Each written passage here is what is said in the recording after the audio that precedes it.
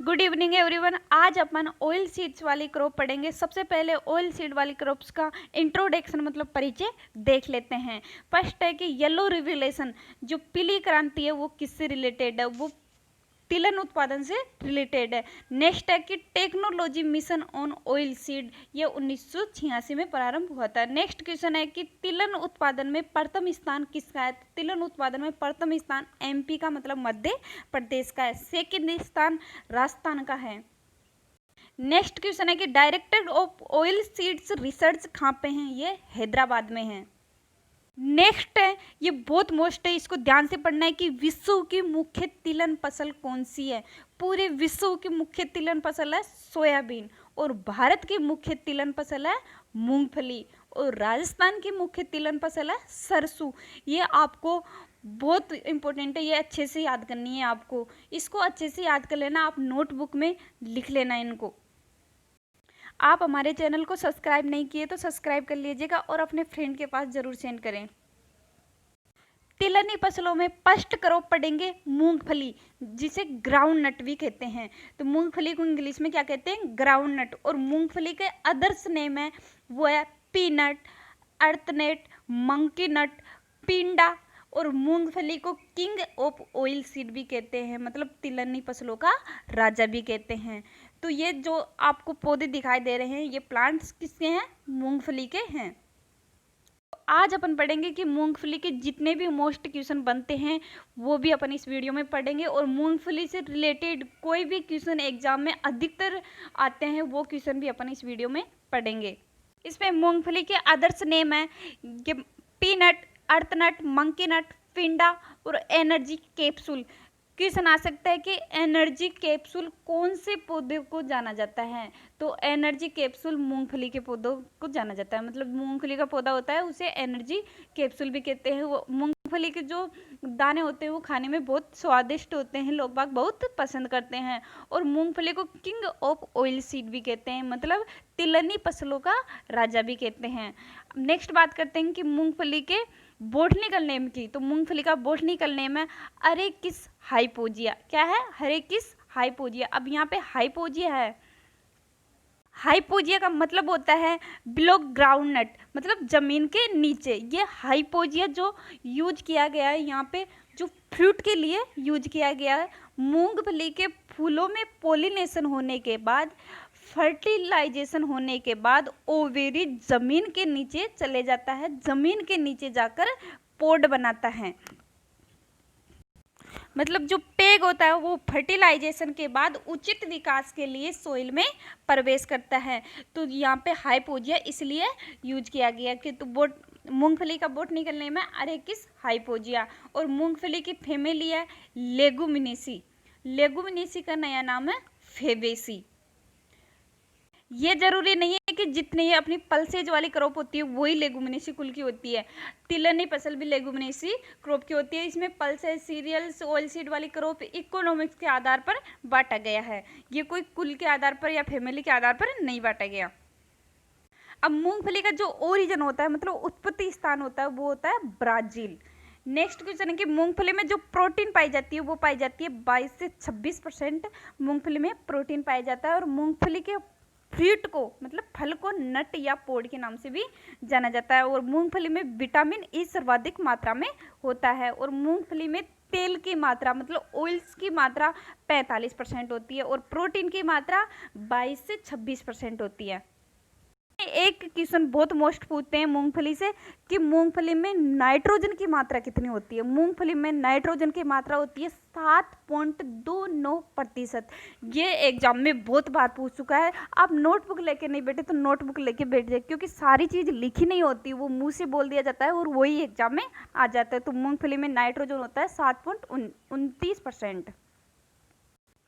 Next question है कि director of ground नट ये कहाँ पे हैं। ये जूनागढ़ है, जो गुजरात में स्थित है। जूनागढ़ कहाँ पे है, गुजरात में। मूंगफली में मतलब ग्राउंड नट में जो पोलिनेशन होता है वो सेल्फ पोलिनेशन होता है। मूंगफली का फ्रूट टाइप होता है पोड या लोमटम। मूंगफली में क्रोमोसोम नंबर, मतलब गुणसूत्रों की संख्या होती है 2n = 40। अब नेक्स्ट बात करते हैं जर्मिनेशन की, मतलब अंकुरण की। मूंगफली में कौन सा अंकुरण होता है? तो मूंगफली में एपीजियल प्रकार का अंकुरण होता है।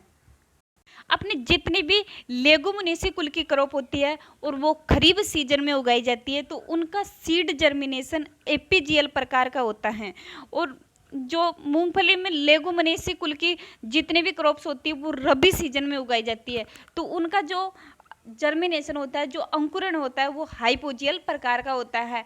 अब इनमें जो खरीफ मौसम में ये अपवाद है एक अरहर, यह अरहर है ना, हाइपोजिया प्रकार का अंकुरण होता है। और रबी मौसम में जो राजमा क्रॉप है उसमें जो जर्मिनेशन होता है वो एपीजियल प्रकार का होता है। नेक्स्ट बात करते हैं अपन टेस्ट बेग, मतलब परीक्षण भार की। अब परीक्षण भार किसे कहते हैं? 1000 दानों के भार को परीक्षण भार कहते हैं। तो मूंगफली के दानों में जो टेस्ट वेट होता है वो 450 से 650 ग्राम होता है, मतलब 450 से 650 ग्राम होता है। अब मूंगफली में एक क्रिया होती है, एक तो पेपिंग, एक पोपिंग। मूंगफली में दो क्रिया होती है, ये एग्जाम में बहुत बार पूछते हैं कि मूंगफली में मतलब पेपिंग क्रिया कौन सी क्रॉप में होती है, तो ये मूंगफली में होती है। सीधे सीधे ऐसे पूछ लेते हैं, ऐसे पूछ लेते हैं कि पोपिंग क्रिया किस में होती है, तो वो किस में होती है? मूंगफली में। जो पेपिंग क्रिया होती है वो बुआई करने के बाद 55 दिन, मतलब जो बुआई सोविंग करने के बाद जब सोविंग किए हुए 55 दिन हो जाते हैं, तो 55 दिन की अवस्था में कौन सी क्रिया होती है? पेपिंग की क्रिया होती है। अब यहीं पे अपन बात करते हैं कि पोमिंग किसे कहते हैं? पोमिंग उसे कहते हैं जैसे कि मूंगफली है अपने, अब मूंगफली में कोई अपन लिए मूंगफली का दाना लिया, तो उसमें अगर मूंगफली का दाना नहीं निकला, ओनली छिलका निकला, तो उस क्रिया को कहते हैं पोपिंग। उनमें दाना नहीं निकलता है, उसे पोपिंग कहते हैं, उस खाली रह जाना पोपिंग क्रिया कहलाता है। नेक्स्ट बात करते हैं कि मूंगफली में जो टेम्परेचर होता है उसकी ग्रोथ करने के लिए वो होता है 21 से 26 डिग्री सेल्सियस। और मूंगफली का प्लांट होता है वो C3 प्लांट होता है। मूंगफली में pH मान होता है वो 6.5 होता है। और मूंगफली के लिए जो मृदा, जो सोइल है वो उपयुक्त होती है, सेंड लोम सोइल होती है, मतलब दोमट सोइल उपयुक्त होती है। नेक्स्ट बात करते हैं कि मतलब ग्राउंड नट में सेलिंग परसेंट कितना होता है। अब सेलिंग परसेंट किसे कहते हैं? जैसे कि अपन मूंगफली को छीलते हैं तो छिलका अलग करते हैं और दाना अलग करते हैं। अब दानों की मात्रा कम होती है और छिलके बहुत सारे हो जाते हैं, तो वो उसको बोलते हैं सीलिंग परसेंट। तो जब छिलकों की परसेंट होती है वो 70% होती है। सीलिंग परसेंट कितनी होती है मूंगफली में? 70%। नेक्स्ट अपन बात करते हैं कि ग्राउंड नट का सोविंग टाइम, मतलब बुआई का समय कौन सा है? तो ग्राउंड नट का मतलब बुआई का समय है जून का महीना। अब मूंगफली को अपन राजस्थान का राजकोट भी कहते हैं। क्या कहते हैं? राजस्थान का राजकोट भी कहते हैं। जो एक लूणकसर बीकानेर के क्षेत्र को राजस्थान का राजकोट माना जाता है। यहाँ पे मूंगफली की सर्वाधिक मात्रा पाई जाती है और सबसे अच्छी क्वालिटी की मूंगफली पाई जाती है बीकानेर में। तो मूंगफली को क्या कहते हैं? राजस्थान का राजकोट कहते हैं। अब पढ़ लेते हैं अपन मूंगफली की ब्रांच या फिर क्लासिफिकेशन। तो मूंगफली की दो ब्रांच होती है, एक तो बंची टाइप, एक स्प्रेडिंग टाइप। बंची टाइप होती है उसको गुच्छेदार मूंगफली भी कहते हैं, और स्प्रेड टाइप होती है उसको फैलने वाली मूंगफली कहते हैं। एक तो मूंगफली होती है गुच्छेदार होती है, और एक मूंगफली होती है जो मतलब अपने चारों तरफ फैल जाती है, तो उसे स्प्रेडिंग टाइप्स कहते हैं। जो गुच्छेदार मूंगफली होती है उसे बंची टाइप कहते हैं। अब गुच्छेदार मूंगफली होती है वो कम समय में पक जाती है, और फैलने वाली मूंगफली अधिक समय में पकती है। गुच्छेदार मूंगफली में डोरमेंसी की अवस्था नहीं होती है, और फैलने वाली मूंगफली में डोरमेंसी की अवस्था होती है। ये क्वेश्चन बहुत बार पूछते हैं एग्जाम में कि गुच्छेदार मूंगफली में डोरमेंसी अवस्था पाई जाती है या नहीं पाई जाती है। तो गुच्छेदार मूंगफली में डोरमेंसी अवस्था नहीं पाई जाती है। अब गुच्छेदार मूंगफली की सीड रेट पूछे, मतलब बीज दर पूछे, तो 80 से 100 kg प्रति हेक्टेयर गुच्छेदार मूंगफली की बीज दर होती है।